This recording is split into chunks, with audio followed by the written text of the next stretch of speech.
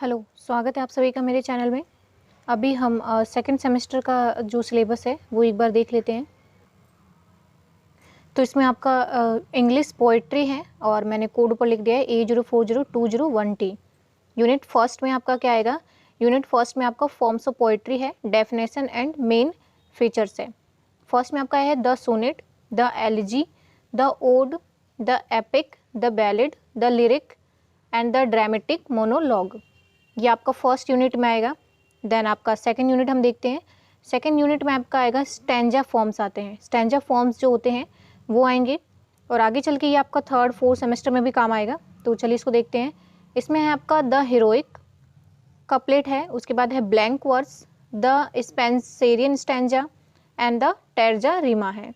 उसके बाद है यूनिट आपका थर्ड है जिसमें पोएटिक डिवाइस है। पोएटिक डिवाइस में आपका क्या क्या है? स्ट्रक्चर है होते हैं, टोन थीम होता है, रिदम राइम होता है, रिदम राइम स्कीम होता है। उसके बाद है काइंड्स ऑफ मीटर, उसके बाद है स्ट्रेस्ड एंड अनस्ट्रेस्ड। ये दोनों अलग अलग हैं, इन दोनों को हम पढ़ेंगे। फिर आपका है सिलेबल्स क्या होते हैं, figure of speech and irony. उसके बाद आपका यूनिट फोर्थ जिसमें आपका विलियम शेक्सपियर का let me not to the marriage of true mind, ये सोनेट नंबर 116 है। इसके अलावा इसी में आपका सेम फर्स्ट चैप्टर में लगा हुआ है और करके जॉन मिल्टन का ऑन हिज ब्लाइंडनेस। सेकंड है आपका जॉन डॉन का अ वैलेडिक्शन फॉरबिडिंग मॉर्निंग। उसके बाद है आपका थर्ड चैप्टर है आपका ओड ऑन सॉलिट्यूड। फिर आपका यूनिट फिफ्थ, इसमें है आपके थॉमस ग्रे का elegy written in a country churchyard. Second है आपका William Wordsworth the light world is too much with us. फिर थर्ड है आपका जॉन किट्स का ode to a nightingale. Unit 6 में आपका अल्फ्रेड लॉर्ड का है ब्रेक ब्रेक ब्रेक।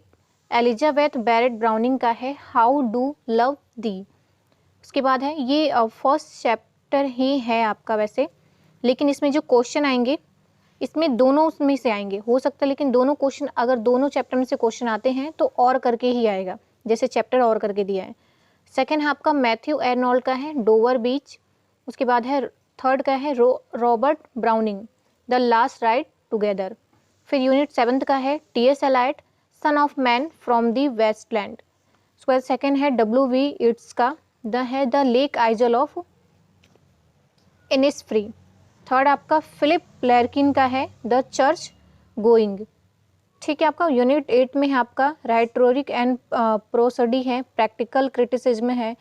उसके बाद है इंट्रोडक्शन टू प्रैक्टिकल क्रिटिसिज्म और उसके लास्ट है आपका one stanza from poetry from practical criticism.